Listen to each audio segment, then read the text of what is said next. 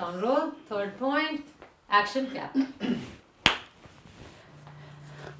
Nobel पुरस्कार विजेता professor doctor Amartya Sen ने किताब लिखी है द आर्गुमेंटेटिव इंडियन।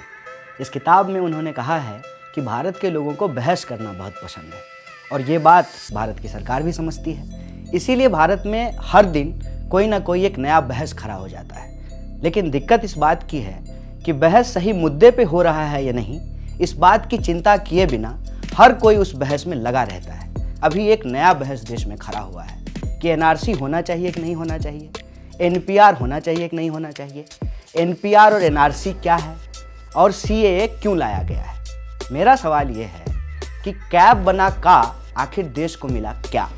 वाह, क्या शेर सुनाया। समझने वाली बात यह है कि सीएए, एनआरसी और एनपीआर का आपस में क्या संबंध है। देश के गृह मंत्री देश को क्रोनोलॉजी समझा रहे हैं। असल वो क्रोनोलॉजी समझा नहीं रहे हैं, देश को घुमा रहे हैं। आप क्रोनोलॉजी समझ लीजिए, पहले सीए भी आने जा रहा है, सीए भी आने के बाद एनआरसी आएगा। एनआरसी की कल्पना सीएबी के साथ जुड़ी है। मैं स्पष्ट कर देना चाहता हूं कि पहले सिटीजनशिप अमेंडमेंट बिल आएगा, पहले सिटीजनशिप अमेंडमेंट बिल होगा, बाद में एनआरसी आएगा। अब बारी बारी से हम एक एक मुद्दे को आराम से समझने की कोशिश करेंगे। सबसे पहले तो हम ये समझेंगे कि कैब CAB CAA कैसे बना। कैब का मतलब होता है सिटीजनशिप अमेंडमेंट बिल। जब कोई विधेयक पार्लियामेंट में पेश होता है तो जब तक वो पास नहीं हो जाता है, जब तक राष्ट्रपति जी उस पर साइन नहीं कर देते हैं, तब तक वो एक्ट नहीं बनता है। तो ये जो CAB था वो पार्लियामेंट में पास होने के बाद और राष्ट्रपति जी के साइन करने के बाद वो CAA हो गया, सिटीजनशिप अमेंडमेंट एक्ट। ये सीएबी का मतलब है भारत के अंदर जितने भी हिंदू, सिख, जैन, बौद्ध, क्रिश्चियन, जितने भी हिंदू शरणार्थी आए हैं वो सभी के सभी को भारत की नागरिकता प्रदान कर दी जाएगी, हमेशा के लिए प्रदान कर। मोटे तौर पे क्या कह रहे हैं ये बिल? मोटे तौर पे कह रहा है कि विदेश से आने वाले लोगों में कुछ हैं जो हमारे अपने हैं, जिनके लिए दरवाजा खुला है, कुछ हैं जिनको हम कह रहे हैं भैया बाहर जाओ, तुम्हारा क्या मतलब यहां आने का। और वो बाहर जाने वाले कौन? मुसलमान। तो क्या कहना चाहते हैं? पूरी दुनिया में से जो भी मुसलमान आएगा इसको हम यहाँ नागरिकता दे देंगे।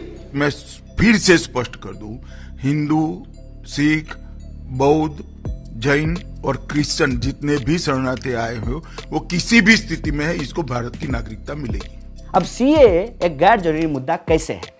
ऑलरेडी हमारा देश का कानून कहता है कि कोई भी व्यक्ति अगर भारत आकर के शरण मांगता है तो भारत उसको शरण भी देगा, और अगर वह भारत के कानून में अपना विश्वास जताता है, देश के संविधान में अपना विश्वास जताता है और यहाँ का नागरिक बनना चाहता है तो भारत में उसको नागरिकता भी दी जाएगी। तो ये CAA लाने की जरूरत क्यों पड़ी? ये CAA लाने की जरूरत इसलिए पड़ी क्योंकि इनको पूरे देश में एनआरसी लागू करना है। हम इस पर बिल्कुल साफ है कि इस देश में एनआरसी होकर रहेगी। ये कब तक इम्प्लीमेंट हो पाएगा? आपका ये रोड मैप क्या है? आप ये हर जगह, हर इलेक्शन में के पहले, हर चुनावी सभा में बोलते हैं और बोलते आ रहे हैं। स्वाभाविक रूप से 2024 के पहले एनआरसी आने वाला है। ये झूठ है, झूठ है, झूठ है। मेरी सरकार आने के बाद 2014 से आज तक मैं 130 करोड़ देशवासियों को कहना चाहता हूं, कहीं पर भी एनआरसी शब्द पर कोई चर्चा नहीं हुई है, कोई बात नहीं हुई है। जबकि मुद्दा यह है कि उनको पूरे देश में एनआरसी करना है। नहीं, देश भर में करना ही चाहिए। इसका नाम ही national citizen register of citizen है। तो एनआरसी आखिर है क्या? एनआरसी यानी नेशनल रजिस्टर ऑफ सिटीजन्स एक नागरिकता का इम्तिहान है जो सबसे पहले असम में लागू हुआ था। इस इम्तिहान के तहत असम में रहने वाले हर नागरिक को पीढ़ी दर पीढ़ी के अपने दस्तावेज पेश करने पड़े, ये साबित करने के लिए कि वो भारत के नागरिक हैं।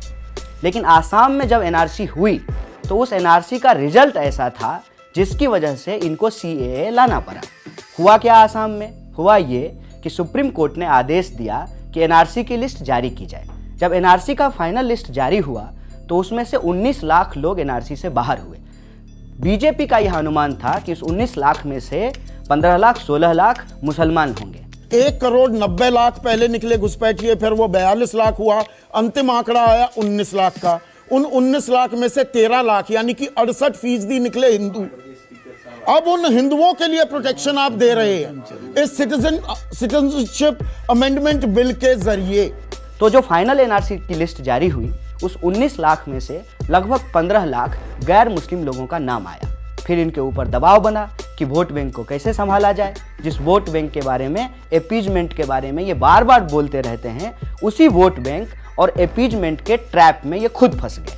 भारत सरकार जो एनआरसी लाने की बात करती है, इसके पहले हम सिटीजनशिप अमेंडमेंट बिल लाएंगे, और जब सिटीजनशिप अमेंडमेंट बिल लाएंगे तब असम के हिंदुओं को भी, क्रिश्चियनों को भी, जैन, बुद्ध, सिख को भी नागरिकता देने का काम करेंगे। जो बीजेपी वोट बैंक पॉलिटिक्स इस वक्त कर रही है, इससे तो घिनौनी पॉलिटिक्स हो क्या सकती है। असम में क्या खेल है कि भाई हमारा हिंदू बंगाली वोटर रह जाए, कहीं कल को वो पलट गया तो हमें क्या होगा।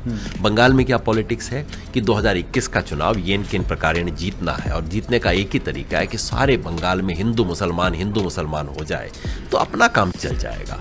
और 2024 तक इस देश के अंदर आप अगर कुछ ऐसा कर दो कि 10-20 लाख 1-2 करोड़ मुसलमान का नाम वोटर लिस्ट से कट जाए तो अपना तो काम बन जाएगा। और आप जब तक इस बहस को समझा पाते तो प्रधानमंत्री ने एक बात बोलकर और गृह मंत्री ने दूसरी बात बोलकर ऐसा बहस खड़ा कर दिया कि पहले मुर्गी आई कि अंडा। प्रश्न तो ये होना चाहिए ना, चाहे मुर्गी हो या अंडा, अगर आप उसको खाना है तो आपको जरूरत होता है प्याज का। और प्याज की हालत ये है कि ये 200 रुपये किलो बिक रहा है, और इस पे बहस ना हो कि प्याज 200 रुपये किलो क्यों बिक रहा है, और इस देश की जो पब्लिक सेक्टर यूनिट्स हैं उनको क्यों बेचा जा रहा है, तो आपको इस बात में फंसा दिया गया है कि आप ये तय करते रहिए कि गंगाधर शक्तिमान है कि नहीं है। क्या शक्तिमान ही गंगाधर है कि गंगाधर ही शक्तिमान है? क्या एनपीआर ही एनआरसी है या एनआरसी ही एनपीआर है? एनपीआर जो है वो जनसंख्या का रजिस्टर है, जो पॉपुलेशन रजिस्टर है। देश में जो भी रहते हैं उनके नाम रजिस्टर्ड किए जाते हैं। और एनआरसी है नेशनल रजिस्टर ऑफ सिटीजन्स। इसमें से हर व्यक्ति से प्रूफ मांगे जाते हैं कि आप बताइए कि भाई आप किस आधार पर इस देश के नागरिक हो। ये दोनों प्रक्रिया का कोई लेन देन नहीं है, न दोनों प्रक्रिया का एक दूसरे के सर्वे में उपयोग हो सकता है। तो मैं यहाँ आपको स्पष्ट कर दूं कि एनपीआर के अंडे से ही एनआरसी का आमलेट तैयार किया जाएगा। साफ साफ यह बात कहा गया है 2003 के नागरिकता संशोधन कानून में कि पहले एनपीआर आएगा। हम भी कहते हैं, क्रोनोलॉजी समझ लीजिए, पहले एनपीआर आएगा। एनपीआर करने के लिए सरकारी बाबू आपके घर पे आएंगे, आपसे सवाल पूछेंगे, आपके सवालों का जवाब इकट्ठा करके ले जाएंगे। फिर ऑफिस में बैठ करके डाउटफुल सिटीजन का लिस्ट तैयार किया जाएगा, और जिनका नाम डाउटफुल सिटीजन के लिस्ट में आएगा उनको सरकार बताएगी कि आप कौन सा डॉक्यूमेंट ला करके दीजिए जिससे आप नागरिक हैं कि नहीं हैं, ये पता किया जाएगा। मतलब पहले एनपीआर, फिर डाउटफुल सिटीजन का लिस्ट, और फिर पूरे देश में एनआरसी। ये है प्रक्रिया। एनपीआर के लिए जो अभी प्रक्रिया चलेगी, इसका उपयोग कभी भी एनआरसी के लिए नहीं हो सकता। दो कानून भी अलग है। मैं जब कह रहा हूं दो कानून अलग है, इसका कोई सर्वे एनआरसी के काम में आ ही नहीं सकता। ये झूठ है, झूठ है, झूठ है। एनपीआर की बात है 1955 के नागरिकता कानून के भीतर, जिसमें बदलाव कर 2003 में वाजपेयी सरकार ने जोड़ा था कि देश के नागरिकों को पहचानने और रजिस्टर करने के लिए एक एनआरसी बनाई जा सकती है। अगर यह रजिस्टर बनेगी तो उसके नियम क्या होंगे, तब बताया जाता है कि सबसे पहले जनसंख्या रजिस्टर बनेगा। नेशनल पॉपुलेशन रजिस्टर कैसे तैयार किया जाएगा? तो सेंसस से अलग भारत में जो जनगणना होती है हर 10 साल में, उससे अलग अलग सेटअप तैयार करके सभी राज्य सरकारों को सूचना जारी करनी पड़ेगी। एनपीआर करने के लिए अपने कर्मचारियों को ट्रेनिंग देना पड़ेगा, और एक क्वेश्चन तैयार किया जाएगा जिस क्वेश्चन को घर घर में जा करके जो सरकारी कर्मचारी हैं वो पूछेंगे, और उस क्वेश्चन का जो जवाब होगा उन तमाम आंकड़ों को इकट्ठा करके सरकारी दफ्तरों में लाया जाएगा, और फिर उस आंकड़ों को क्लासिफिकेशन करके उसको वर्गीकृत करके डाउटफुल सिटीजन का लिस्ट तैयार किया जाएगा। डाउटफुल सिटीजन मतलब वो नागरिक जिनकी नागरिकता संदिग्ध है, संदेह में है। अब डाउटफुल सिटीजन को ढूंढने का पूरा अधिकार जो है उन सरकारी बाबुओं के हाथ में होगा जिन सरकारी बाबुओं पे आप कतई भरोसा नहीं कर सकते। अगर मैं एक उदाहरण दूं कि इस देश के पीएफ अकाउंट में 40,000 करोड़ रुपया पड़ा हुआ है और वो 40,000 करोड़ रुपया इस देश के गरीबों और मजदूरों का पैसा है। वो अपना ही पैसा क्यों नहीं ले पाते हैं? क्योंकि उनका नाम वोटर आईडी में कुछ और है, आधार कार्ड में कुछ और है, उसकी स्पेलिंग कुछ और है। मान लीजिए कि कोई लिखता है NILAM नीलम, कोई लिखता है NEELAM नीलम, और ई और आई के चक्कर में वो अपना ही पैसा अकाउंट से नहीं निकाल पाते। तो ये जो पूरी की पूरी कागज के आधार पे लोगों को नागरिक होने और नहीं होने का, लोगों को नागरिक बताने का और लोगों की नागरिकता छीनने का अधिकार जो सरकारी बाबुओं को दिया जा रहा है, ये अपने आप में खतरनाक है। इसके साथ साथ एक बात और है कि कोई भी व्यक्ति अगर किसी व्यक्ति के ऊपर यह संदेह करे कि यह नागरिक नहीं है, तो वो जाकर के सरकारी दफ्तर में अपील कर सकता है कि अमुक व्यक्ति इस देश का नागरिक नहीं है, और तब उस व्यक्ति का नाम संदिग्धों की सूची में डाल दी जाएगी। पता चला कि कोई आपसे अपनी पर्सनली दुश्मनी निकालने के लिए सरकार के पास जाकर के यह कह दे, यह आवेदन दे दे कि अमुक व्यक्ति नागरिक नहीं है, तो सब कुछ होते हुए आपका नाम जो है वो डाउटफुल सिटीजन के लिस्ट में डाल दिया जाएगा। और डाउटफुल सिटीजन की लिस्ट में जिन लोगों का नाम आएगा उनको जाकर के डॉक्यूमेंट सबमिट करना है, और वह जो डॉक्यूमेंट सबमिट करेंगे उसका लिस्ट अभी तक सरकार ने जारी नहीं किया है। आपका पासपोर्ट, आपका पैन कार्ड, आपका वोटर आईडी और आपके बाकी जो सरकारी कागजात हैं, हो सकता है कि सरकार उसको मानने के लिए तैयार नहीं हो। इसके बारे में सरकार ने कोई स्पष्टीकरण नहीं दिया है। तो ये आधार, ये वोटर कार्ड और ये जितने तमाम डॉक्यूमेंट होते हैं, ये क्या आपको अपने नागरिक का पहचान नहीं देते? ना जी, ये नहीं है। इससे नागरिकता तय नहीं होती है और आधार से तो जरा भी नहीं तय होती। एनआरसी सिर्फ कहती है कि देश के जितने भी सिटीजन्स हैं उनका एक लिस्ट बने। अब ये लिस्ट आपके पास बनी पड़ी है, आपके पास इलेक्टोरल रोल्स हैं, वोटर लिस्ट है, आपके पास सेंसस है, 2 लिस्ट बनी हुई है ना। आपको और करने की क्या जरूरत है? करने की जरूरत वहां है जहां आपको बहुत बड़े पैमाने पर शिकायत मिले कि वोटर लिस्ट में या कि सेंसस में विदेशी बहुत ज्यादा घुस गए हैं। आसाम में वो समस्या थी, उसके लिए स्पेशल सॉल्यूशन की जरूरत थी, लेकिन बाकी देश में तो इस समस्या नहीं है। इसी देश के नागरिक जिनके माँ बाप, जिनके पुरखों ने इस देश में अपना खून पसीना दिया है, इस देश को बनाया है, इस देश का निर्माण किया है, उनके ही बाल बच्चों को आज इस देश में अपनी नागरिकता साबित करनी पड़ेगी। और नागरिकता भी किस आधार पे? कागज के एक टुकड़े के आधार पे। उस कागज की गड़बड़ी का नतीजा ये होगा कि आपको अपने ही देश में पहले आपसे आपकी नागरिकता छीनी जाएगी, फिर आपसे आपका घर बार छीना जाएगा, आपका खेत खलिहान छीना जाएगा, और आपका जो प्रॉपर्टी है वो आपसे छीन ली जाएगी। ऐसी क्या दिक्कत है या ऐसी कितनी बड़ी समस्या है ये नागरिकता की कि बेरोजगारी की बात हो, मंदी की बात हो, किसानों के दर्द की बात हो, उस पर इतना जोर सरकार लगाती नहीं दिखती है, लेकिन नागरिकता को लेकर बहुत बहुत जोर आजमाइश हो रही है। क्यों? कहते हैं ना कि अंग्रेजों की एक साजिश थी, डिवाइड एंड रूल। हाँ, जहाँ ना चले मोदी जी का काम वहाँ कर दो हिंदू और मुसलमान। तो डिवाइड एंड रूल, और दूसरा ये है divert and rule. Divert and rule ये होता है कि जनता ऑलरेडी अगर किसी मुद्दे से परेशान हो रही है, जनता अगर प्याज खरीदने में परेशान हो रही है, तो उसको इस बहस में उलझा दो कि मुर्गी पहले की अंडा, एनआरसी पहले की एनपीआर, इस मुद्दे में उलझा दो। तो ऑल इंडिया एनआरसी जो करने की बात हो रही है उसको अलग से करने की जरूरत ही नहीं है। एनपीआर होते ही पूरे देश में एनआरसी अपने आप हो जाएगा। फिर सरकारी कर्मचारियों को घर घर घूमने की जरूरत नहीं है, वो ऑफिस में बैठ करके ही पूरे देश में एनआरसी लागू कर देंगे। और जब एनआरसी पूरे देश में हो जाएगा तब जाकर के तमाम सिटीजन को एक नेशनल आइडेंटिटी कार्ड देने की बात की जा रही है। और यह जो नेशनल आइडेंटिटी कार्ड है ये ऑलरेडी आधार के रूप में लोगों को दिया गया है। गौतम, काफी पैसा खर्च किया गया आधार नंबर बनाने के लिए। क्या आधार नंबर जो है वो एनपीआर की जरूरत को पूरा नहीं करता है? ये सवाल मैं इसलिए पूछ रहा हूं कि गृह मंत्री अमित शाह ने कहा है कि सरकारी योजनाओं को बनाने के लिए, उनके टारगेट को फिक्स करने के लिए पॉपुलेशन रजिस्टर का होना जरूरी है। रवीश जी, इसका एक पूरा इतिहास है, और वो इतिहास ये है कि 2010 और 11 में उस समय की यूपीए सरकार में काफी विवाद था कि एनपीआर का रास्ता लिया जाए या आधार का, और आखिर में आधार को चुना गया।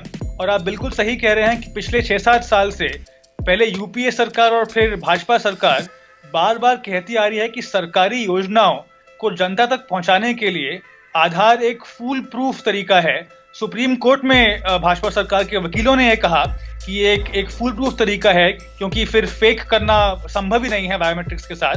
तो अगर आप इन बातों में विश्वास करें तो आधार जब है तो उसके बाद अब एनपीआर की जरूरत क्या है वो थोड़ा जानना मुश्किल है।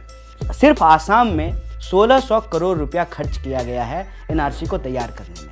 कुल नतीजा क्या है कि बीजेपी की सरकार है, वहां पे बीजेपी के मुख्यमंत्री हैं और वो कह रहे हैं कि इस एनआरसी को रद्द कर दिया जाए और फिर से अलग से जब पूरे देश में एनआरसी होगा तो आसाम में भी एनआरसी किया जाए। एनआरसी की प्रक्रिया देश भर में होगी, उस वक्त आसाम के अंदर भी ये एनआरसी की प्रक्रिया स्वाभाविक रूप से फिर से की जाएगी। मतलब देश की जनता का टैक्स का पैसा 1600 करोड़ रुपया जो है वो खर्च कर दिया गया है, बर्बाद कर दिया गया है। आप अंदाजा लगाइए कि अगर एक राज्य में एनआरसी करने में 1600 करोड़ रुपया खर्च हो रहा है तो पूरे देश में कितना 100 करोड़ रुपया खर्च होगा। एक आदमी का एनआरसी कराने का असम में वो था 399 रुपए एक आदमी पर, अगर एनआरसी आप कराएं। अब हम इसी 399 को भारत की आबादी से अगर जोड़ दें या गुणा कर दें, 137 करोड़ भारत की आबादी है, तो कुल खर्चा देख रहे हैं आप, कुल खर्चा 54,663 54,663 करोड़ रुपीस। क्या ऐसा ठीक होगा जब देश की अर्थव्यवस्था संकट के दौर में है? क्या ऐसा कराना ठीक होगा जब कोर सेक्टर में नेगेटिव ग्रोथ है? क्या ऐसा करना ठीक होगा जब मैन्युफैक्चरिंग सेक्टर में भी संकट है? क्या ऐसा करना ठीक होगा जब 45 साल में सबसे ज्यादा बेरोजगारी है इस देश में? सरकारी आंकड़े हैं, मैं अपने आप से नहीं बना रहा। और दूसरी बात, 1600 करोड़ रुपया तो सरकार का खर्च हो रहा है। जिन लोगों का नाम डाउटफुल सिटीजन के लिस्ट में आया है उनको डॉक्यूमेंट बनवाने में कितना खर्च हुआ होगा, उनको अपने माँ बाप का नाम ठीक कराने में कितनी परेशानी उठानी पड़ी होगी। आप उसका प्रोसेस देखिए, एक एक आदमी को 5 दिन 10 दिन नौकरी छोड़ के, रोजगारी छोड़ के, अपनी मजदूरी का नुकसान करके लोगों को लाइन में खड़ा रहना पड़ा है। डॉक्यूमेंट आप एक बार लेके जाते हैं, वहाँ ऑफिसों में धक्के खाते हैं, ऑफिस में पैसे लोग मांग रहे हैं आपसे, कोई आपका नाम अंदर करने के लिए पैसे मांग रहा है, कोई आपका नाम काट कर आपको धमका कर पैसे ले रहा है। तो इसमें सफर कौन कर रहा है? जो गरीब आदमी है। मुझे आप बताइए, असम का कोई ऐसा करोड़पति मुस्लिम जिसका नाम उसमें काट दिया गया हो? कोई ऐसा करोड़पति हिंदू जिसका नाम एनआरसी में न आया हो?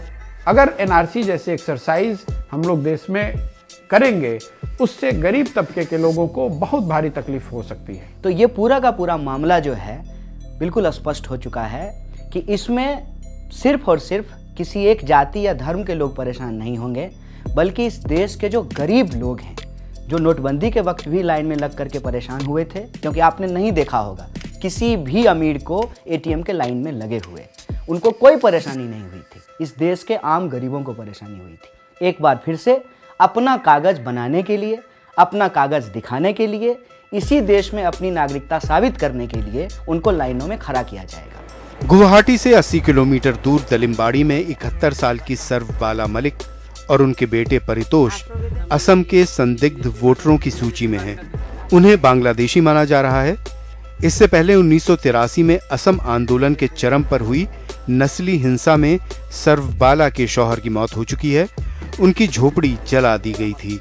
लेकिन असम आंदोलन की अगुवाई करने वाले ऑल असम स्टूडेंट्स यूनियन का ये दस्तावेज मदन को शहीद तो करार देता है, लेकिन उनका पूरा नाम मदन मलिक के बजाय मदन सरकार बताता है, और यही गलती भारी पड़ गई। हमारे परिवार के कुल 13 सदस्यों के नाम एनआरसी में नहीं हैं, क्योंकि 2 लोग, मैं और मेरी माँ, डी वोटर हैं। हालांकि हम शहीद के परिवार से हैं, फिर भी डिवोटर हैं और संदिग्ध बांग्लादेशी हैं। ऐसी जिंदगी का क्या फायदा? और यह पूरी की पूरी प्रक्रिया जो है वह देश के आम लोगों के उनके जो बुनियादी सवाल हैं, रोजी रोटी, कपड़ा, मकान, शिक्षा, स्वास्थ्य, सड़क, बिजली, पानी, विकास, आत्मसम्मान, इन चीज़ों से गुमराह करने के लिए है। इसीलिए जो लोग भी इस देश से प्यार करते हैं, इस देश के नागरिक हैं, जिनके पुरखों ने लड़ करके इस देश को अंग्रेजों से आज़ाद कराया था, उनको यह बात सोचनी पड़ेगी कि हमारे बाप दादा लड़े थे गोरों से, हमको लड़ना पड़ेगा चोरों से। और ये चोर जो राफेल का कागज नहीं दिखा रहे हैं, आपसे आपके दादा के दादाजी का कागज मांग रहे हैं।